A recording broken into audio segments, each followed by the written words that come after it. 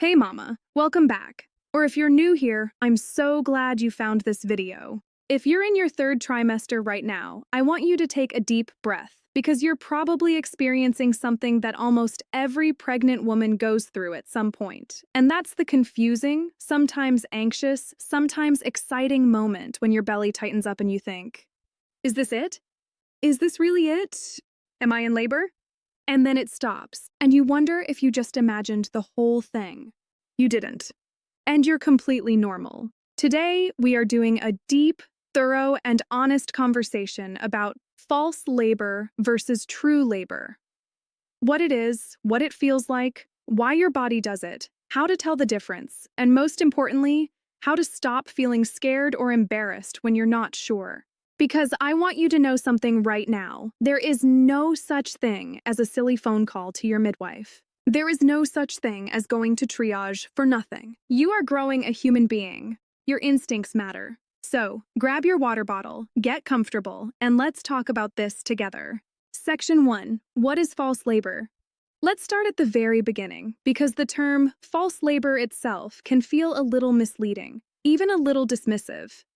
When we say false labor, we're really talking about something that has a much better medical name: Braxton Hicks contractions.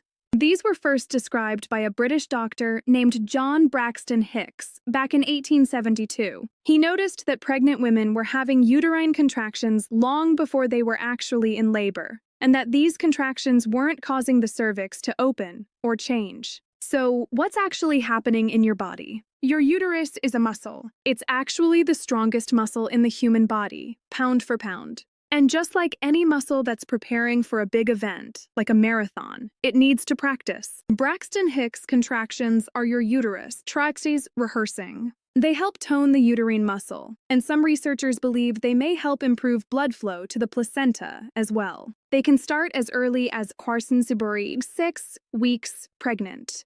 And though most women don't feel them until the second or third trimester, for first-time moms especially, they often become very noticeable in the final weeks of pregnancy. Now here's the thing that trips so many women up. Braxton Hicks can feel really uncomfortable. They can take your breath away. They can happen in patterns, and they can genuinely make you wonder if labor has started. But there are key differences, and we're going to go through every single one of them. Section 2. What does false labor feel like? Let's paint a picture of what Braxton Hicks actually feels like, because every body is different, and knowing what to expect makes everything less scary. The tightening sensation.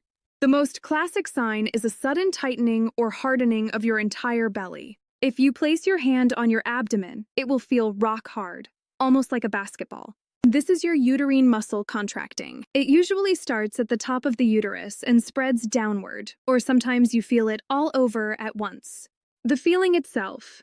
For many women, Braxton Hicks feel like mild menstrual-type cramping, a squeezing pressure in the lower abdomen, a tightening that makes it hard to walk or talk for a moment. In some cases, they can be quite intense and uncomfortable. For other women, they feel more like a strange tightness with little to no pain. Almost like the baby is stretching in a weird way. A dull ache across the lower back or hips. What's important to understand is that Braxton Hicks contractions are usually felt mostly at the front of the belly, in the lower abdomen, not radiating into your back or down your legs. How long do they last? Typically, a Braxton Hicks contraction lasts anywhere from 30 seconds to 2 minutes. Some women describe them as coming in waves, building up, peaking, and then gradually fading away, much like a real contraction. Do they have a pattern? This is one of the trickiest parts. Braxton Hicks can sometimes feel rhythmic or regular for a short period of time, maybe every 10 minutes for an hour, which absolutely can feel like early labor. But the key word is eventually, they become irregular again. They don't follow a consistent, steadily intensifying pattern. What brings them on? This is really helpful to know, because understanding triggers can help you manage them. Common triggers include dehydration. This is probably the #1 trigger. When you're even mildly dehydrated, your uterus becomes more irritable and contracts more. A full bladder. The pressure of a full bladder against the uterus can set off contractions. Physical activity: walking, climbing stairs, carrying things, exercising. Sexual activity or orgasm, which causes natural uterine contractions. Baby's movement. Sometimes a particularly active baby will trigger a Braxton Hicks. It to touching your belly, or even having someone else touch it. Stress or anxiety. Your nervous system and your uterus are deeply connected. Being very tired at the end of the day. Notice anything? Many of these triggers are things that are totally common in late pregnancy. That's why Braxton Hicks tend to pick up in the evening. You've had a busy day, you may be dehydrated, and your body is tired. What makes them go away?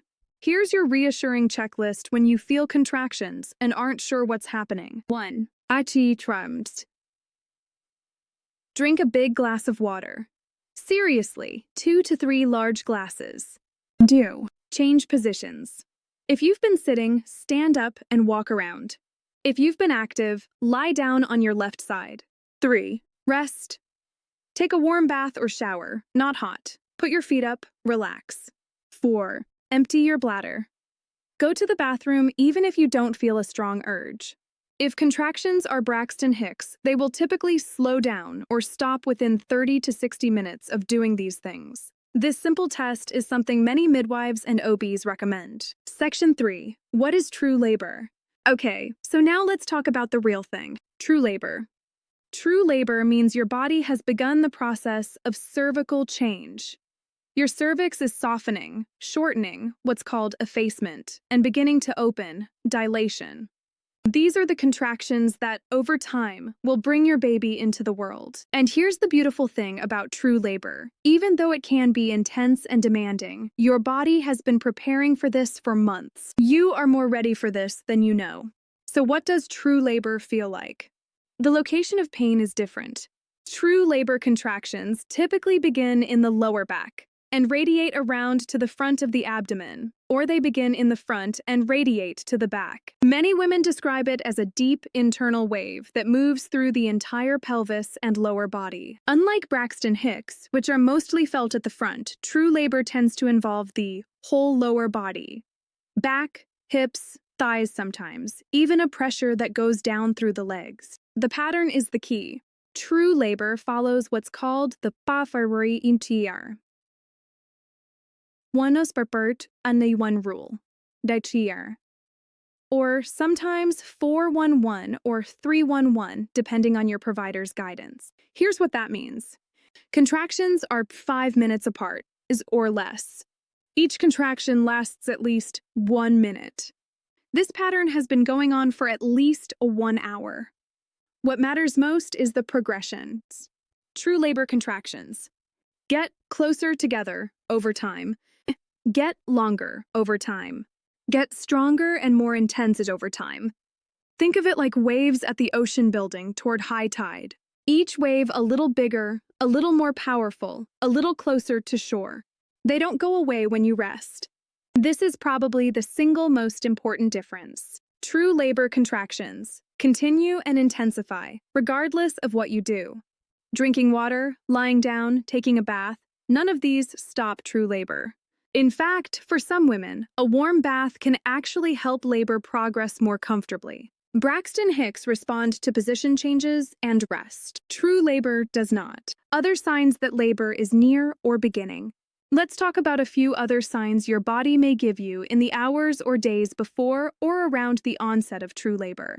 Bloody show. As your cervix begins to efface and dilate, the mucus plug that has been sealing your cervix throughout pregnancy can be released. This can come out as a single thick clump. You might notice it on toilet paper or in the toilet, or it can come out gradually over a few days as increased discharge. It may be clear, pinkish, brownish, or tinged with blood. This is called bloody show. It's completely normal and often a sign that your cervix is beginning to change. It doesn't necessarily mean labor is starting in the next hour, but it is a sign that things are moving in the right direction. Water breaking. Your amniotic sac may rupture before labor begins. This is called premature rupture of membranes or PROM. Or during labor, it might feel like a sudden gush of warm fluid, which is unmistakable. Or it might be a slow trickle that you're not entirely sure about. Amniotic fluid is typically clear or slightly yellowish, and unlike urine, you cannot stop the flow by tightening your pelvic floor muscles. If you think your water has broken, you should contact your provider right away, regardless of whether you're having contractions. Once your water breaks, there is a clock on getting babies safely out due to risk of infection. Nesting instinct. Many women describe a sudden burst of energy in the 24 to 48 hours before labor begins, a powerful urge to clean, organize, prepare the nursery, cook meals. This nesting instinct is very real, and while it's not a medical sign of labor, many women report it as one of their most reliable personal signals. Trust your body. Loose stools or nausea. Your body may empty your digestive system in the lead up to labor. This is completely normal and is thought to be nature's way of clearing your system to make room for birth. Some women experience nausea, loose stools, or both in the hours before active labor begins. Pelvic pressure and lightening. As your baby drops lower into the pelvis, called engagement or lightening, you may feel increased pressure in your pelvis and rectal area, feel the urge to urinate more frequently, and notice it's easier to breathe because baby has moved away from your diaphragm. This is often called the baby dropping and can happen anywhere from a few weeks to a few hours before labor. Section 4. Side-by-side comparison. Clear, organized. Consider showing a graphic on screen here. All right, let's lay this all out side by side so you have a really clear picture. Timing. False labor.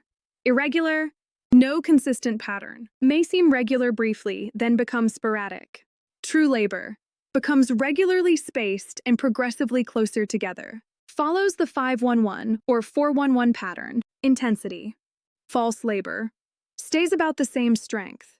May be uncomfortable, but doesn't noticeably worsen over time. True labor. Progressively stronger. Each contraction tends to be more intense than the last. Duration. False labor. Usually shorter, under a minute. Can be variable. The true labor. Typically 45-90 seconds, building toward longer contractions as labor advances. Location. False labor. Mainly in the front of the belly, lower abdomen. True labor. Often starts in the lower back and radiates forward. Felt throughout the whole pelvis. Response to activity. False labor. Lean often eases with rest, hydration, position change, or a warm bath. True labor. Continues and intensifies regardless of rest or activity. A warm bath may help you cope, but won't stop contractions. Cervical change. To false labor. No significant change in the cervix. Your provider may check your cervix if you come in and note that there's been no dilation or effacement. True labor. The cervix is actively effacing, thinning and dilating, opening. What it feels like. False labor. Tightening, pressure, mild to moderate cramping. Manageable. True labor. Intense, wave-like, may take your full breath and attention. Requires focused breathing or comfort measures. Section 5. Prodromal labor, the one in between, 18-2130. Empathetic, validating tone. This section is for mamas who've been struggling. I want to take a moment to talk about something that doesn't get discussed enough. Prodromal labor. If you've been searching things like been having contractions for days, or early labor that stops and starts, or is it normal for labor to take this long, this section is for you. Prodromal labor, sometimes called pre-labor or latent labor, sits in between Braxton Hicks and active labor. It's very real. It's not in your head, and it can be absolutely exhausting. Here's what happens. Your body begins having contractions that are real, rhythmic, and sometimes painful, every 5 to 10 minutes, lasting 30 to 60 seconds. But they don't progress to active labor. They may go on for hours, stop overnight, pick up again the next day, and continue this start and stop pattern for days or even a week or more. This is more common in nurses, first-time mamas, women with a posterior positioned baby facing your belly instead of your back, women where the baby isn't yet perfectly positioned on the cervix, Prodromal labor is doing something. It's usually helping your baby rotate into a better position, helping your cervix ripen and soften, and slowly, gradually opening, just at a much slower pace than active labor. What can help with prodromal labor? Rest as much as possible between contractions. This is so important. Your body needs those windows of rest. Stay hydrated and nourished. Eat small meals and snacks. Sip water consistently. Try positioning exercises. Hands and knees, walking, side lying with a pillow between your knees. These can all help encourage baby into a better position. Warm baths can ease the discomfort significantly. Emotional support. Tell your partner, your doula, your support person what's happening. Don't go through this alone in silence. Talk to your midwife or OB. If you've been in prodromal labor for many hours or several days, your care team wants to know. They can check your cervix, monitor baby, and support you. Please hear this. If you're going through prodromal labor right now, you are not weak. You are not being dramatic. You are doing one of the hardest things a human body can do, and it will not last forever. Section 6. When to call your provider. Let's talk about when you should pick up the phone and call your midwife, OB, or head to your hospital or birth center. Always call or go in if your contractions are following the 5-1-1 rule, or the rule your provider gave you specifically. You think your in-water has broken, even if you're not having contractions. You notice heavy bleeding, bright red, more than a period. This is different from the light bloody show we talked about, which is normal. Baby's movement has significantly decreased or stopped. If you're not sure, drink something cold and sweet, lie on your left side, and count kicks for an hour. Fewer than 10 movements in 2 hours is a reason to call. You have a severe headache, vision changes, sudden swelling of your face or hands, or pain in your upper right abdomen. These can be signs of preeclampsia and require immediate attention. You feel something isn't right. Trust your gut. Seriously. You know your body. If something feels off, call. A note on feeling embarrassed. Please, please don't let embarrassment stop you from calling. Maternity triage staff and midwives would so much rather you come in and go home with reassurance than stay home with worry. They are not judging you. They are rooting for you. Many experienced mothers have gone to the hospital thinking it was time and been sent home. This is completely normal. It doesn't mean you failed at recognizing labor. It means labor is genuinely hard to read, especially the first time. What to say when you call. It helps to have your contraction information ready. Many women use a free contraction timer app on their phone. Just search contraction timer and download one. Track your contractions for at least an hour before calling so you can tell your provider how far apart they are, how long each one lasts, how strong they feel, mild, moderate, intense. Does talking through them feel impossible? When they started. Whether anything has changed, water, bloody show, baby movement. Section 7. Emotional reassurance and empowerment.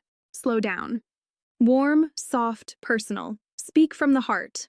I want to step away from the clinical information for just a moment and talk to you as one person to another. The end of pregnancy is one of the most emotionally complex experiences there is. You're exhausted. You might be uncomfortable. You're probably a little anxious. You're waiting and watching every twinge and tightening, wondering if today the day is. And that waiting, that not knowing, is genuinely hard.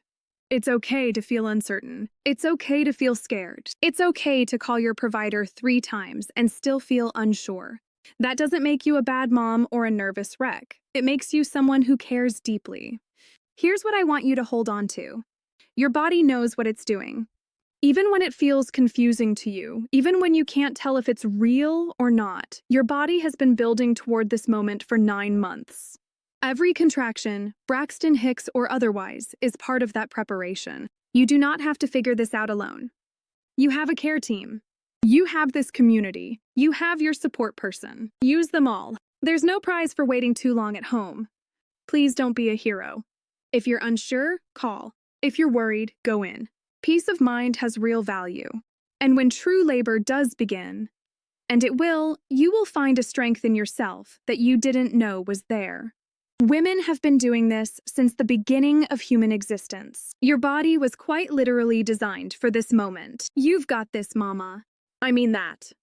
Section 8. Quick summary and action steps. All right, let's do a quick recap of everything we covered today. Braxton Hicks, false labor. Irregular, no consistent pattern, usually felt in the front of the belly. Stays the same intensity, doesn't get stronger. Eases with rest, hydration, position change. No cervical change. True labor. Regular, progressive, gets closer, longer, and stronger. Felt in the back and radiating forward. Doesn't stop with rest or hydration. Follows the 5-1-1 rule.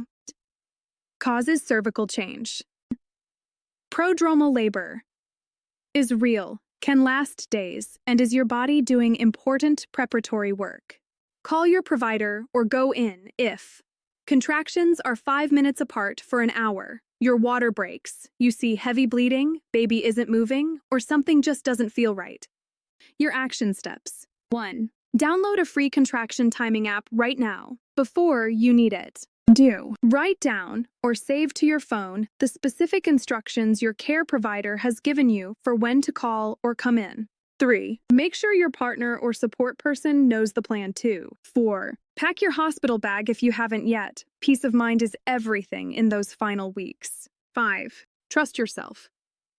Thank you so much for spending this time with me today. I really hope this video gave you some clarity and, more than anything, some calm. If you found this helpful, please give it a thumbs up. It genuinely helps other mamas find this content when they're up at 2 a.m. timing contractions and Googling everything. And if you have a question or want to share your experience, drop it in the comments below. I read every single one. If you're not subscribed yet, hit that subscribe button and the notification bell. I post new videos every week about pregnancy, birth, postpartum, and everything in between. I'll see you in the next one. Take good care of yourself and take good care of that beautiful baby. Bye for now.